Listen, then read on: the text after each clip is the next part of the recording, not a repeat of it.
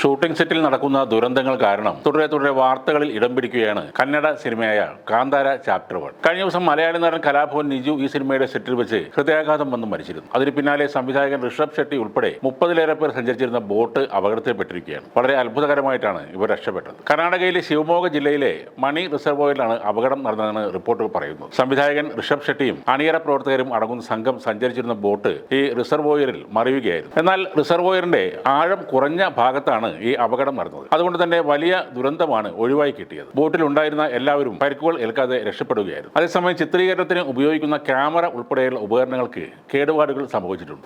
തുടരെ ഇങ്ങനെ പിന്തുടർന്ന ദുരന്തങ്ങൾ കാന്താര ടീമിന് ഇപ്പോൾ പുതുമയുള്ള കാര്യമല്ല. ഋഷഭ് ഷെട്ടി നായകനായി അഭിനയിക്കുന്ന കാന്താര ചാപ്റ്റർ 1 എന്ന ചിത്രത്തെ ഒന്നിനു പുറകെ ഒന്നായി വിട്ടുപിരിയാതെ ദുരന്തങ്ങൾ പിന്തുടരുകയാണ്. അപകട പരമ്പര കൊണ്ട് നേരത്തെയും ഈ ചിത്രം വാർത്തകളിൽ ഇടം പിടിച്ചിരുന്നു. ചിത്രത്തിന്റെ ഭാഗമായ 3 പേരാണ് ഇതിനോടകം ജീവൻ വെടിഞ്ഞത്. 2022 പുറത്തിറങ്ങി ഇന്ത്യ എമ്പാടും വലിയ വിജയം നേടിയ കാന്താര എന്ന ചിത്രത്തിന്റെ 2ാം ഭാഗമാണ് കാന്താര ചാപ്റ്റർ 1. കഴിഞ്ഞ ദിവസമാണ് സിനിമയുടെ ഭാഗമായിരുന്ന മലയാളി മിമിക്രി കലാകാരൻ ബിജു VK അന്തരിച്ചത്. ഷൂട്ടിംഗിന്റെ ഭാഗമായി അകുംബയ്ക്ക് സമീപമുള്ള ഒരു ഹോം സ്റ്റേയിൽ താമസിക്കുകയായിരുന്നു അദ്ദേഹം. ബുധനാഴ്ച രാത്രി ബിജുവിന് പെട്ടെന്ന് നെഞ്ചുവേദന അനുഭവപ്പെട്ടു. ഉടൻ തന്നെ തീർത്ഥഹള്ളി ആശുപത്രിയിലേക്ക് കൊണ്ടുപോയെങ്കിലും പോകുന്ന വഴിക്ക് മരണം സംഭവിക്കുകയായിരുന്നു. തുടക്കം മുതലേ പലതരത്തിലുള്ള പ്രശ്നങ്ങളാണ് ഈ സിനിമയെ പിന്തുടർന്നുകൊണ്ടിരിക്കുന്നത്. ഒരു പ്രധാന വേഷത്തിലെത്തുന്ന കന്നഡ താരം രാകേഷ് പൂജാരി ഹൃദയാഘാതം മൂലം നേരത്തെ മരണപ്പെട്ടിരുന്നു. വിശ്വരൂപ് എന്നും പേരുള്ള ഈ നടൻ TV പ്രേക്ഷകർക്കിടയിൽ അറിയപ്പെടുന്ന ഒരു താരമായിരുന്നു. ഒരു വിവാഹ ആഘോഷത്തിൽ പങ്കെടുക്കുന്നതിനിടെയാണ് രാകേഷിന് ഹൃദയാഘാതം വന്നത്. ഉടനെ ആശുപത്രിയിൽ എത്തിച്ചെങ്കിലും മരണം സംഭവിക്കുകയായിരുന്നു. കാന്താരയിൽ അഭിനയിക്കാൻ പോയ വൈക്കം സ്വദേശി